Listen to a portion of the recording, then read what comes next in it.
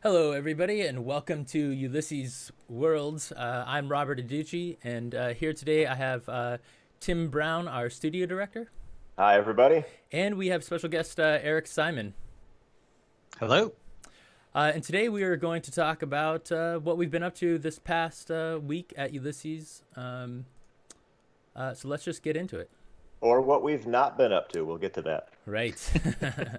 All right. So let's talk about conventions. We've been talking about all the cool conventions that are happening online as of late because conventions have been falling one by one as in-person events are not kind of opening up. And so this weekend we have the Tabletop Events Con of Champions. And so if you're signed up for that, you're going to get some PDFs from us. And if you're running games of our games, you'll get some more. But you can go and you can still sign up right now at tabletop.events. So that's this very weekend, That right? is this so that weekend. starts tomorrow or The 23rd, so in 2 days. in 2 days. Okay. And when people go to the link, they'll be able to figure out exactly when events and what times those are going to be. So Yep. great. So also, of course, we all know that Origins has been delayed this year and has been pushed off. The physical convention has been pushed off into October.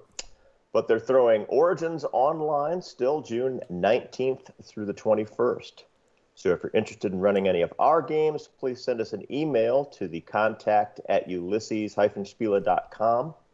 And again, at the end of the show, we'll post everything and have all the links there so you can pick all that stuff up later. But don't forget about Origins Online at the end of June. Mm-hmm. Do you want to say anything about that next one, Tim? Well, the next topic we do know that that Gen Con has been officially canceled, but they are doing Gen Con online, and it has the same dates. That's going to be July 30th through August 2nd. Now, we've of course been in discussions amongst ourselves what we're planning to do for Gen Con should it have been canceled, and that coincides with the fact that the physical convention in Germany that Ulisses Spiele runs, called RatCon every year, is also basically going to go to an online format. So we are combining all of our efforts into a single RatCon event. That's a convention online that is going to be exclusively for Ulisses Spiele games. And that's going to be July 24th through the 26th this year. So that's 1 week prior to the online Gen Con that's going to happen.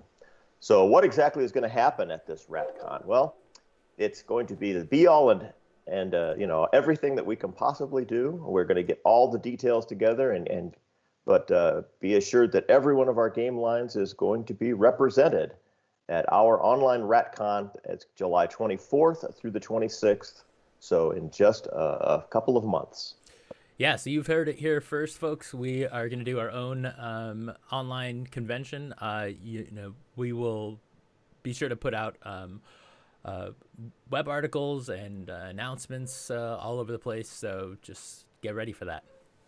One of the key features of our online RatCon is it's going to be one of the first international online game conventions. We have a large German-speaking contingent, a large English-speaking contingent. There will be content running the entire length of the show for people in either language to enjoy. So again, watch for that RatCon at the end of July coming up this year. Nice. And we'll still be doing things the next weekend at Gen Con as well. We'll talk about some of those events later, but we'll definitely still be participating in Gen Con, which again, if you missed it, is Gen Con itself has been canceled, but they are doing an online Gen Con the same weekend, July 30th through August 2nd. You're, of course, getting that news pretty much the same time we are, so we're trying to react to that now as well. So we'll get more information on our Gen Con online attendance in the next couple of weeks. Mm-hmm. Great. So let's move into the Dark Eye. So the Gods of Aventuria, we are just about to do a kickoff meeting this week, which our kickoff meetings are basically when we all get together, all the key stakeholders get together and kind of determine what's going to happen for the crowdfundings and how, what's going to be in it, when it will be, and what we need to do to kind of get it there. So that will be happening this week. So get ready for more news about the Gods of Aventuria. Yeah, we'll organize that crowdfunding at that very kickoff meeting that's going to happen just tomorrow, I believe. Yeah. And so we'll have some more details on that. But we don't even get to the point of scheduling those kickoff meetings until the projects themselves, the physical projects, are well underway. So we've been alluding to that in the last few episodes, that the Gods of Aventuria is well on its way, and this is further proof that we're well on our way, because now we have to really organize how we're going to get it out to you. And while you're still sort of waiting for that to come out, our Stay at Home and Play The Dark Eye, the main sort of initiative has ended, but there's still a lot of free and inexpensive resources available, which you can check that out at ulysses-us.com. There have also been some more character creation and trailer videos for the Book of Heroes computer RPG by Wild River Games. So I think that's scheduled to be out next weekend. So you can see those videos at wildriver.games. And this isn't really an update, but we still want to always point out to people there's a lot of streaming material available for The Dark Eye on our YouTube channel. So definitely go check that out. Yeah. Our next game line is Torg Eternity. And we had told you last week that the PDFs for the Cyber Papacy crowdfunding were going to get out to backers this week. Unfortunately, we've learned from our layout people that that's been delayed until next week. We're very sorry about that. This is just a production issue, but we will get those Cyber Papacy PDFs all assembled and out to the fans this coming week. So we appreciate your patience. Sorry it's taking a little bit to get those out. We're having people, of course, who are dealing in both of our offices with COVID-19 related delays, and this is partially due to that. But we'll get those out coming up next week. And while you're waiting, if you are interested in the Infiniverse exchange, if you guys are creating stuff with that, we just released some of the images that you can use in your Infiniverse products. And we've updated the illustrations pack, which now includes Cyber Papacy images, so you can at least see some of those images before they come out in the books. So check those out. Again, we will put the link in the show notes for at the end of the show. We'll put them up. We've also been running the Stay at Home and Play Torg Eternity initiative, where you can go to ulysses-us.com and you can see all the links for this. So basically, we released the Up the Creek Quick Start, so you can play that. We've released the Drama Deck as Pay What You Want, which is basically, you can pay nothing, or if you've got a few bucks, you can throw that to us. And these are kind of PDFs that you can use for your virtual tabletops. Yep. We also just recently added the Day One Adventures and the GM Screen Archetypes as Pay What You Want. Awesome. We do want to talk about the robust streaming material that we have for Torg Eternity. There's a new stream, The Four Horsemen, every Tuesday at 5:30 Pacific on Twitch, followed up by an upload to the YouTube channel. So you can get Season 0, Episodes 1, 2, and 3. And this particular game is GM'd by John Matthew Defoe-G, JM the GM.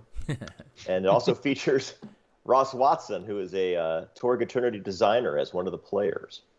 In addition to that, Rob did a walkthrough of the Up the Creek Quick Start in 2 parts that you can find. That's on our YouTube channel? Yep, that's on YouTube.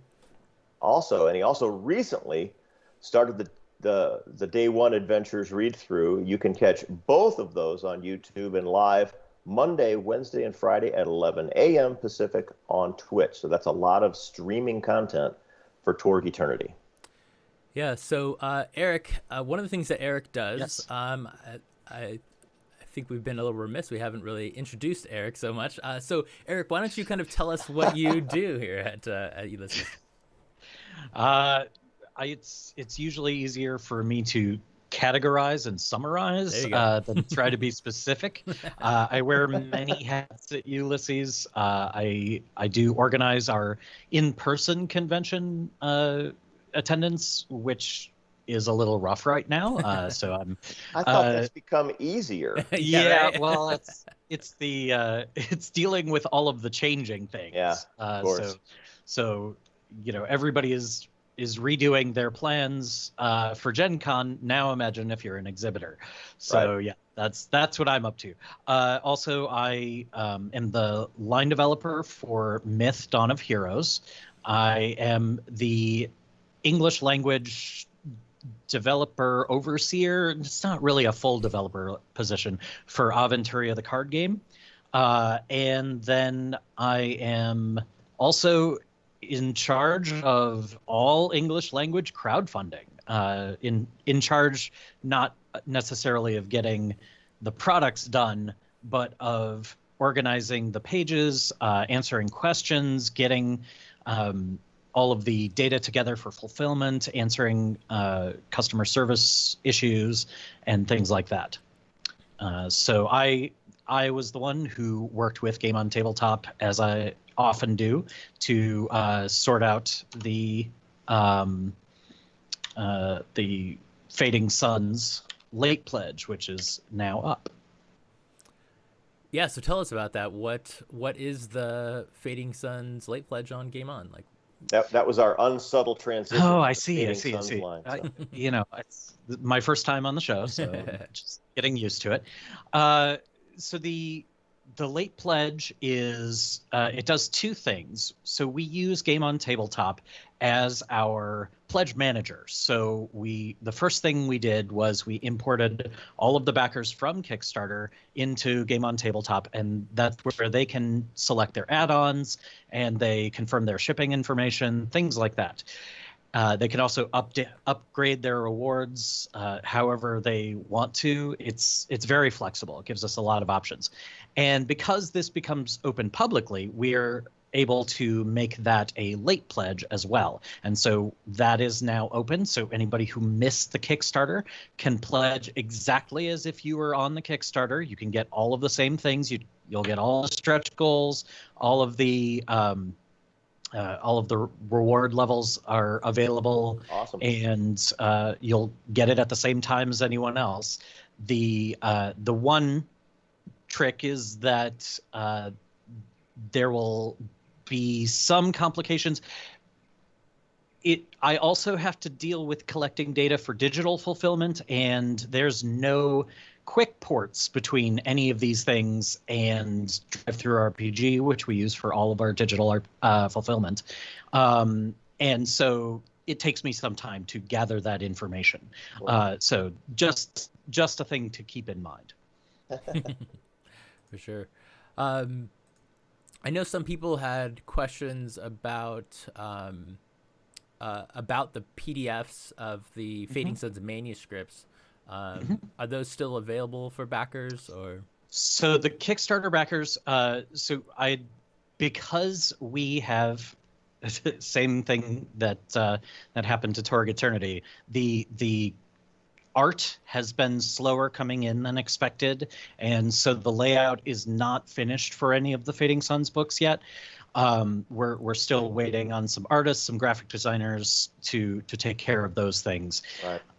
And we want to give them that time. But we had posted in the Kickstarter updates a backer-only update with a WeTransfer link to let them download the core books in manuscript form so they could at least read and get going on their games. And last week, I posted it again, or I posted a new one, I should say, so that anybody who missed that could pick that up. And so if you are a backer and you did miss it the first time, make sure you check this week's updates because you should see it there. And those links do only last a week. I would like to not have to do it too many times. Okay. All right. So for Fading Suns streams, tonight, GM JM DeFogie and his crew are going to be playing Fading Suns at 5:30 Pacific on Twitch. They will be back in the known worlds. The troop will track down the pirates who were involved in the Jumpgate disaster and are tied to the cult of the abandoned. So we'll see Also, how that goes. Bill Bridges and Andrew Greenberg will continue their Heretical Musings show I should say they continued it yesterday and will continue every 2 weeks on Tuesdays at 2 p.m. Pacific. So again, that's Bill with Andrew on Heretical Musings. Mm-hmm. So Let's talk about the Aventuria game. yeah, Eric, why don't you lead into that? Sure. So what I can tell you, I know we've been getting a lot of interest in this. The next wave of English language expansions is in editing. We're going to have more information about those soon, but let's just say that anybody who's been watching the German crowdfundings will know what we're working on. I'll leave it at that for now. The other thing is, I know we've gotten a lot of requests for people who want to purchase some of the stretch goals and add-ons that were available way back during the Inn of the Black Boar Kickstarter. And that is something that we want to get. We don't have any of those here in North America. So I've been pushing to try to get some stock over here. And we'll let you know as soon as we have those available. Nice. I've also gotten a few questions about like if we are going to put more of the Aventuria content on table. What's the name of it? The Tabletop Simulator. Thank you, Tabletop Simulator. Yeah. Yes. People were saying they would be interested in buying it, so I don't know if you guys had heard that or seen that anywhere online, but maybe that's something we should look into. I have seen a couple of those comments, so yeah, we're definitely aware. I will say that the mod for Tabletop Simulator and pretty much any mods for Tabletop Simulator are not our doing. They're not made by anyone in Ulysses. That mod was made by someone else. So basically, it's just a matter of we keep poking them and say, hey, people would like this. We would love to give it to you to go ahead and put on there, and we just have to arrange that. That is definitely something I would like to see as well. I have no idea about the time frame on that, though. Sure. It's all speculative right now. So on Saturdays, we've been uploading videos of Eric playing Aventuria solo adventures at 11 a.m. Pacific every Saturday. How have those been going, Eric, and what's new this week? Mostly pretty well. I will say a couple of weeks ago, I was expecting that my first major just crushing defeat was going to be in Tears of Fire. It turned out that I got super lucky on that particular scenario. So my real crushing defeat came this past week. As if you've been watching, in Inn of the Black Boar, which it turns out is a very difficult solo adventure. I'm going to make another try at that. We'll see if I can do better this next time.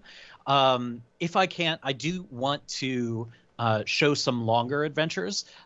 So one way or another, I'm going to try and get some multi-act adventures in there, and those will probably stretch across several episodes. But that will be something that I'm going to be moving into next. Nice. All right, well, let's move on to Myth Tales of Legend. So Myth Tales of Legend is the RPG that is going to come out later this year. We're going to go on crowdfunding later this year. And one of the things that we were going to do with the in-person Gen Con is that we were going to make the Myth Tales of Legend Quick Start available for fans there, and to run through some. Obviously, those... it's not going to happen in person, but since we're doing RatCon and since we are going to do the Gen Con online, we will make sure to have some of those events for fans to play, and we'll probably be running some streams of Ulysses folks playing those games too. Yeah, I know Ross has done really good work on that. I actually just this week reviewed the entire Quick Start rules and the adventure that goes along with it. It's pretty exciting. It's very flavorful. It gets you into the whole campfire simulation setting. So it's going to be well worth it when the time comes. Yeah, so if you want to know more about that and before this stuff comes out, you can check out our streams. So Ross and JM are hosting Campfire Chat every Thursday at 11 a.m. Pacific on YouTube, where they kind of talk about all aspects of the game. They alternate kind of one week to another. Like one week it's rules, the next week it's mechanics, and so if you were familiar with Myth, the board game, you'll definitely see some of the lore, but then they're expanding the lore, which is really interesting. So definitely check that out. Yeah, I'm excited about having an RPG alongside the board game that I'm developing, because I fully expect us to be mining each other's work for lore, and it's going to be awesome. Yeah, for sure. So yeah, let's move into the Myth board game. The next incarnation of the Myth board game is called Myth Dawn of Heroes. What can you tell us about that, Eric? So Myth Dawn of Heroes is, and I've done sort of an overview blog post on the website introducing everyone to the idea, but in short, I don't like to say that it's a third edition, because this is really a new, it's not an addition. It is a sort of a reboot in many ways, because we are going to be going through the previous heroes again, and we're going to be really, we've done a lot of looking at the core mechanics, the individual hero mechanics, just so many different things. And there's a lot more focus this time around on adventures. So we've done things like adding tasks within the scenario. We've tweaked how movements and actions work. And those are some things that I've already talked about on the website. And as we do all this, though, the really important thing to us is that we want it to really feel like Myth. So there's a lot of really important play that happens that is unique to Myth, and has been a big part of the appeal for Myth in the past. And we're really working to make sure that the new version is faithful to how each hero feels, how combat feels, how those things feel. So the major changes that we're making are not going to take away from that. And the minor changes that we're making, we think will actually accentuate that. And so that's one of the things that I'm going to be doing with my blog and video series coming up, is I want to talk about each of the heroes and how, rather than changing them away from where they were, I want to make them the same, but more so. I want them to feel more like the heroes they were. So that's the big thing that I wanted to. Well, I know that Robert and I both got a chance to playtest the game heavily during our meetings here in Las Vegas just a few months ago. Seems like a long time ago now, but Yeah. it really wasn't. And yeah, we all feel like the job has been done. That the relaunch of the game is a lot of fun, and definitely the changes and bringing those characters to life has gone very well. So good work. Thanks. Yeah, so one of the things that Eric has been working on also is a series of blogs, and we will have a new blog on the website right after this, and we have a special segment here where Eric kind of talks about that and shows you some of the images that are going to be online. And so we're going to roll into that right now. So listen to Eric talk about the Acolyte and what kind of changes you're going to see in the Acolyte. We'll roll into that right now.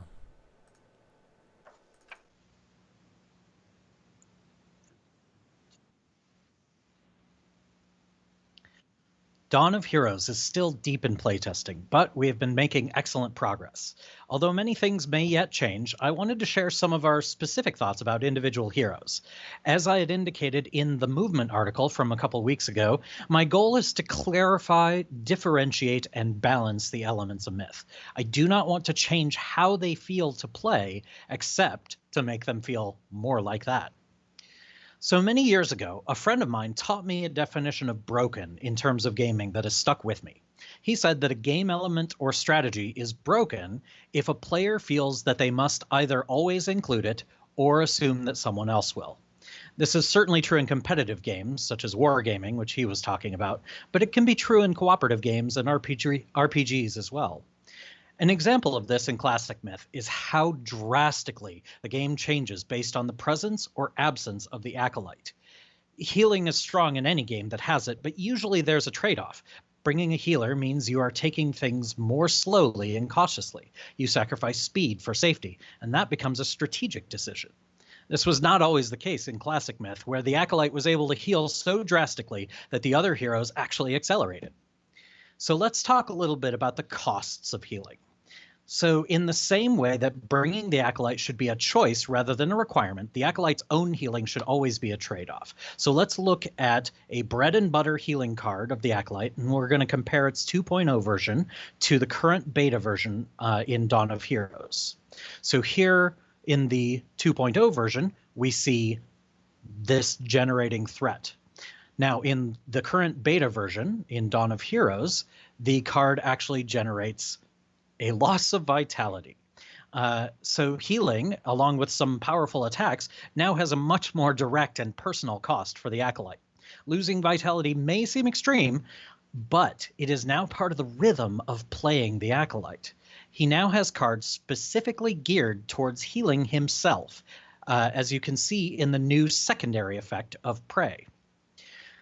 So the Acolyte in Dawn of Heroes will need to change stances regularly from round to round because most attack and healing cards favor the aggressive stance, while most self-restoring cards favor cautious. We want this rhythm to flow naturally from the cards, but we also want it to be something that players can practice and improve. We don't want playing the healer to be boring. We want it to be accessible enough for new players, yet challenging enough to engage experienced players.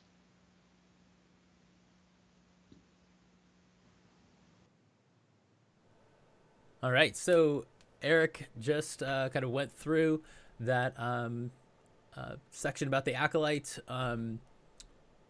What's up next, Eric?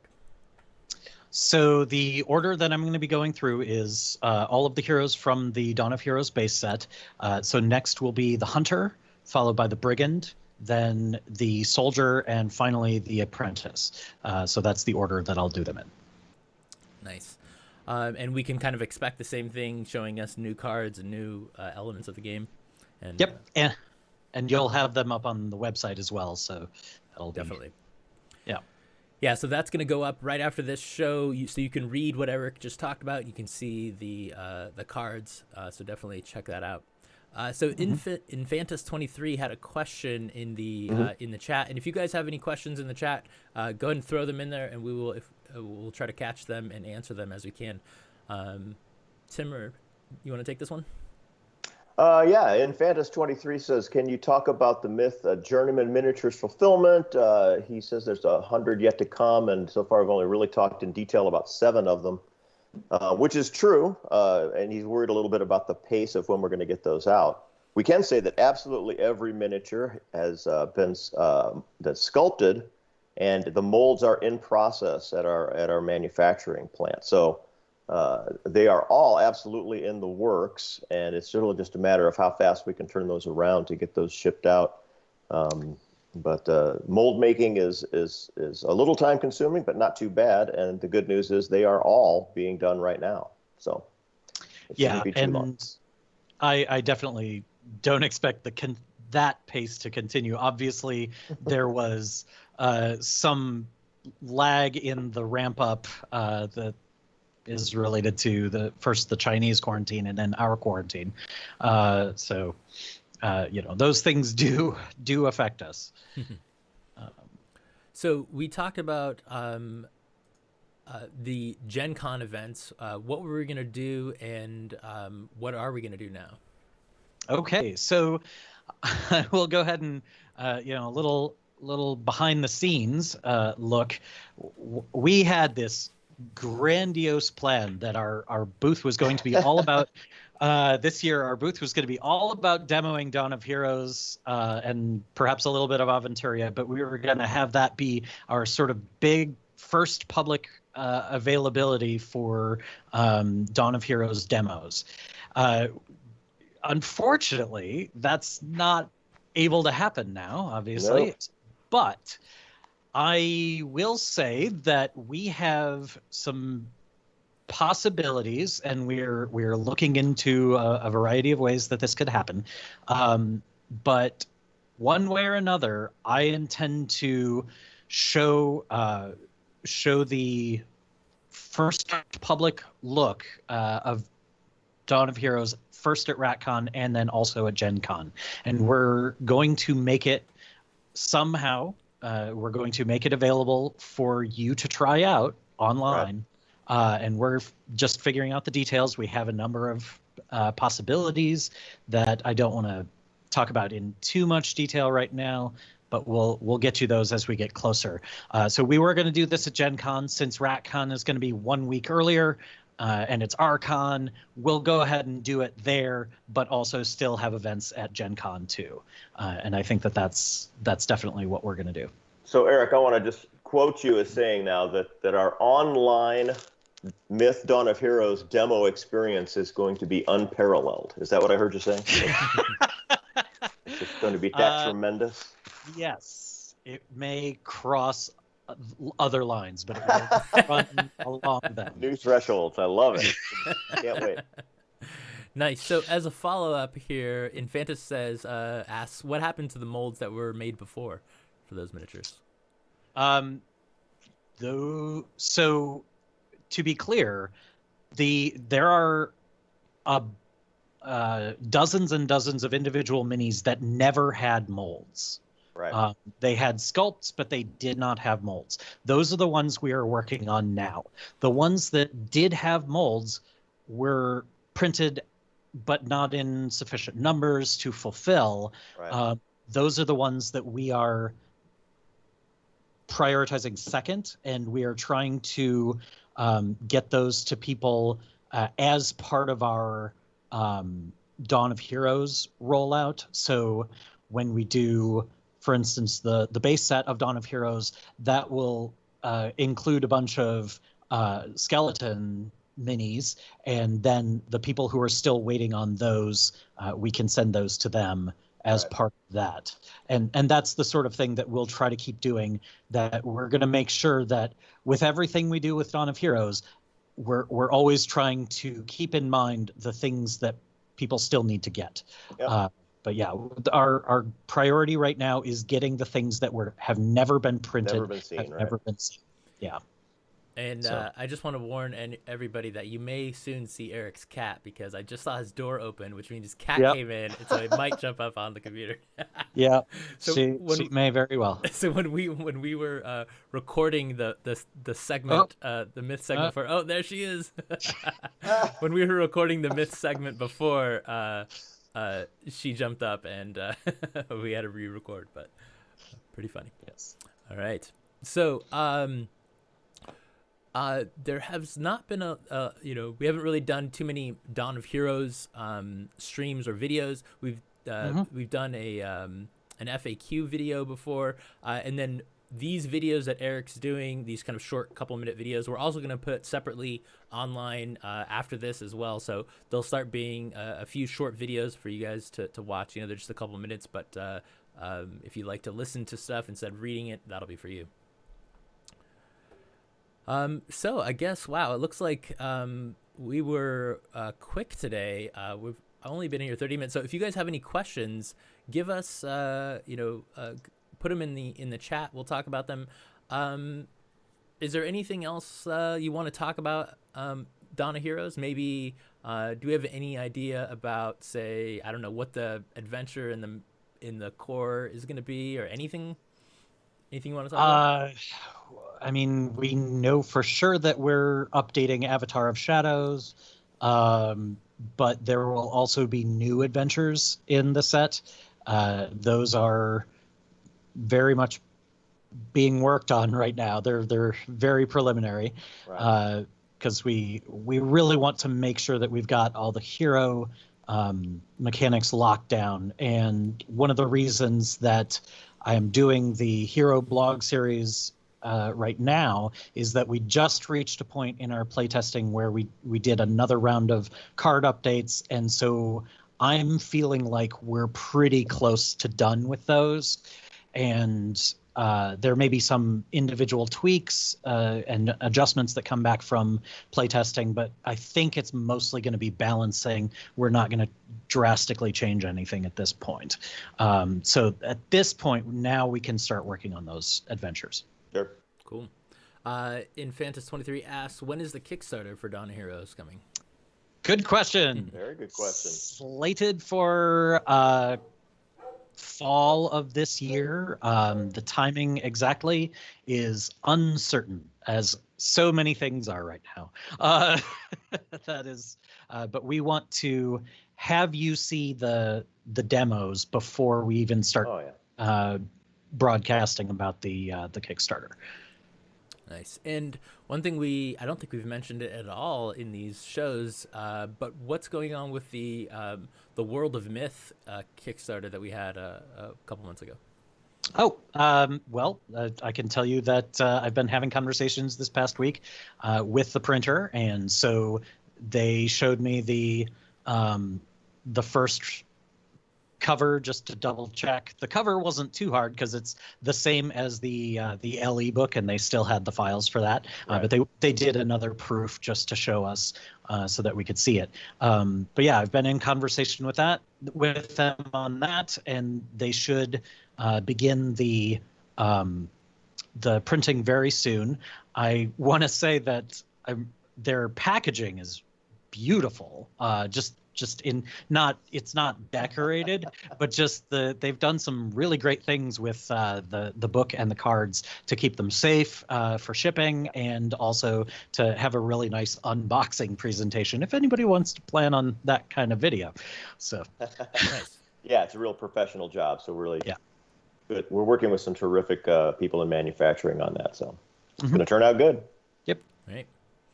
I don't really see any more questions in the chat. You guys have anything else you want to talk about? Or are we good? No, I think that's a wrap. All right. Well, Eric, where can people find you online if they want to pepper you with Dawn of Heroes questions? So probably the easiest place, although I don't tend to post a lot except Animal Crossing pictures these days, is at Fairman Rogers on Twitter, and you can link that in the notes as well. Mm-hmm. And that's really the best way to get in touch with me, or on the Myth channel in our Discord. Yeah, definitely check out our Discord. I think I made a bit.ly link, so it's bit.ly/Ulysses Discord. So you can join up there where we talk about all of our different products. And it looks like Infantis23 got one more question in there. Do you have any information on hero progression in Dawn of Heroes, like keeping look and card upgrades, and how that works in the new version? Yeah, so you will see, just like the previous base set, we have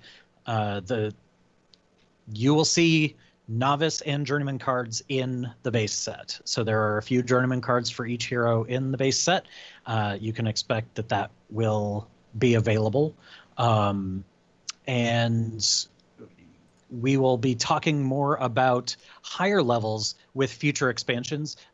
We don't really want to go past where Myth Classic went with the base set, because we know we've got a lot of veterans who are eager for master level cards, but we also want to bring in new folks, and the best way is going to be with the novice stuff for that. All right, and he said loot is what he meant. So I think he meant like keeping loot and card upgrades. Oh yes. Right. I'll talk about that soon. Loot mechanics are still those are still a little more nebulous than the hero mechanics, so I can't lock down what's been finalized on that. But there's definitely going to be more of a plan of keeping things from one scenario, one adventure to the next, because that is core to this new storytelling that we're doing with Dawn of Heroes. And what that probably means is you're not going to be showered in loot as much as you were used to in the past, and that balance is what we're still trying to find. Nice. And Shrikoff Ravenwood asks, what role will the community be able to play in RatCon, and where can we find more information? Well, so there's going to be, not only are we going to be running games for you guys and with each other and panels, but we will definitely have games that you guys can run, just like a regular convention, just like regular online convention these days. So there will be opportunities for you all to run and play games as well. And as for information, there is no information out there yet because we have literally just announced it to you guys right now. So we are still kind of working out the exact details, and we'll get all that information up on our website as soon as it becomes available. Yeah, I know that the German web team is working on the sort of the digital infrastructure for it. So once they've got that, they'll certainly be broadcasting it. For sure. All right. Well, I think that is going to wrap it up for us. Thanks for watching Ulisses World Show. If you'd like the show, please follow and subscribe to our channels on Twitch and YouTube, and turn on those notifications so you don't miss anything. For Ulysses Spiel, I'm Robert Aducci, and this is Tim Brown. How you doing? Thanks for tuning in, everybody. Yeah, thanks for watching. Come back next week at 9 a.m. Pacific for more Ulysses World's news show. Bye, everybody.